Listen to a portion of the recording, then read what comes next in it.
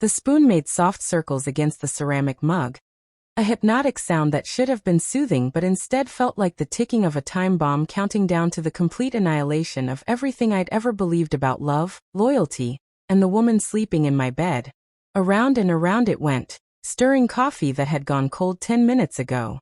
The morning light filtered through the kitchen window, casting long shadows across the granite countertops where Sarah and I had once made cookies with Oliver on lazy Sunday afternoons.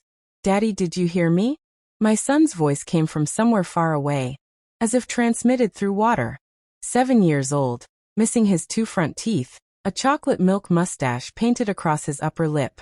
He stared at me with those wide, innocent green eyes, exact replicas of my own. "I heard you, buddy." The words scraped out of my throat like broken glass. "So, is it true? Is Mommy really having Jake's baby?" The spoon trembled in my hand. I set it down carefully, precisely, as if the entire universe depended on that single action. Through the kitchen window, I could see my wife Sarah in the backyard, phone pressed to her ear, head tilted back in laughter.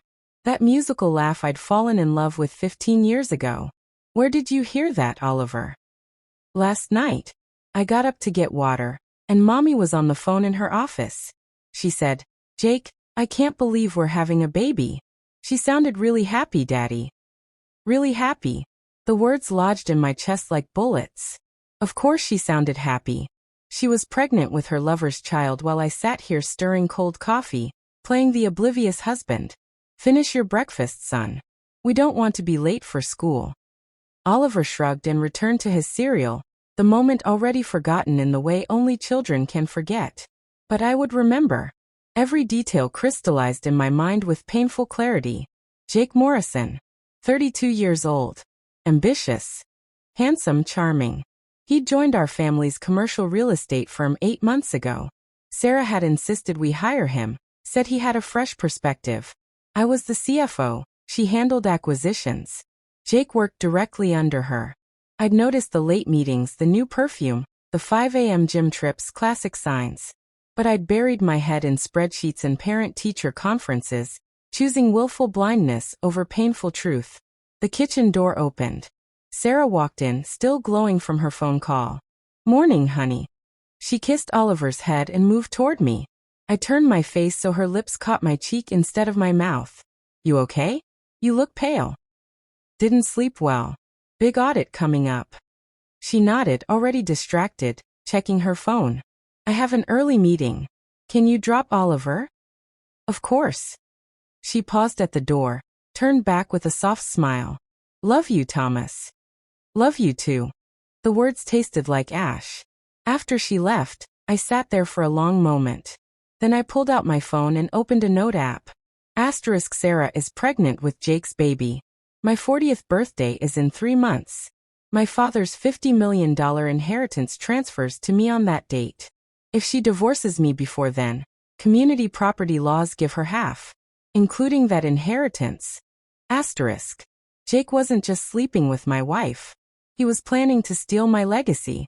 I drove to see Marcus Chun, my oldest friend and the best attorney in the state. He listened without interrupting, his expression growing grimmer with each detail. "What do you want?" he asked. "Oliver protected. The company saved. And for them to face consequences, not from my anger, but from their own actions." Marcus nodded. "Then we need evidence. Real evidence." Within 24 hours, I'd hired Diana Reeves, a former FBI agent. She was sharp-eyed, no-nonsense, and expensive. Worth every penny. 3 days later, she called. "We need to meet." I found something. In her office, monitors displayed documents, photographs, and financial records. Jake Morrison isn't who he claims to be. Real name, Jacob Moretti.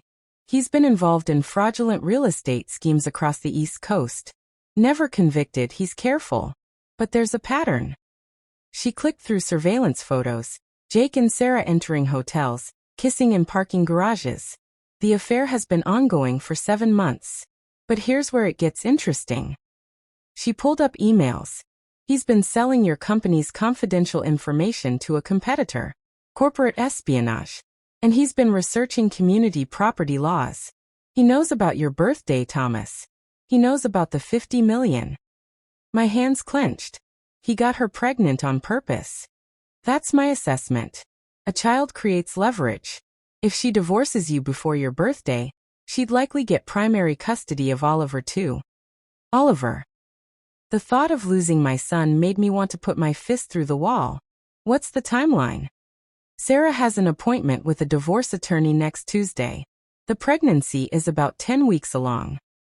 So I have less than a week. To do what? I looked at her. To destroy their plan before it destroys me. The plan was elegant in its simplicity. Step 1. Gather every piece of evidence. Step 2. Secure Oliver with my mother. Step 3. Call an emergency board meeting for Tuesday morning. The same day Sarah had scheduled her divorce attorney. Step 4. Invite Jake personally, telling him we were discussing his promotion. Step 5. Present the evidence in front of everyone. Step 6. Reveal Michelle Morrison, Jake's actual wife, still legally married to him, living in Boston with their 2 children. This will work, Marcus said. It's risky, but it'll work. Tuesday morning dawned gray and cold. Oliver was safely with my grandmother. Sarah emerged at 7:30, polished and distracted. I have an appointment at 9 o'clock. Actually, I need you at the office. Emergency board meeting. Uncle Robert flew in from Arizona. Mandatory attendance. She froze. Thomas, I can't. Reschedule it. She couldn't refuse without raising suspicion. Fine. At 8:55, the board members assembled. Jake strutted in, confident and smiling. Then Diana escorted in a woman I'd only seen in photographs. Michelle Morrison. Jake went white. Michelle? What are you doing here? Thomas invited me. He told me some very interesting things about my husband's business trip.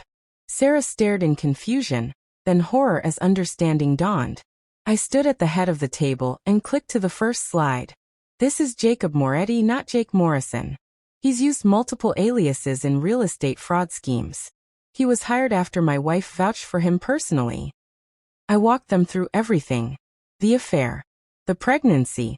The corporate espionage. The emails to competitors. The research on my inheritance. Sarah, you're listed on dozens of documents as the source of leaked information. Either you were complicit or you were so compromised that you allowed it to happen. I didn't know. Didn't know he was using you? Or didn't know he was already married? Michelle stood. We have 2 children. I've been home alone, sending him money because he claimed his fees were delayed. Then Mr. Thomas called me with the truth. She turned to Sarah. You're pregnant with my husband's baby. Sarah's hand moved to her stomach. That gesture told everyone everything. Marcus, I said. The legal implications. Marcus stood. The company will terminate both for cause. No severance. Federal authorities have been notified about the corporate espionage.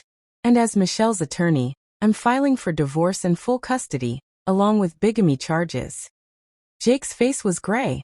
Security escorted him out. Michelle followed head high. Sarah was the last to leave. At the door, she turned back sobbing.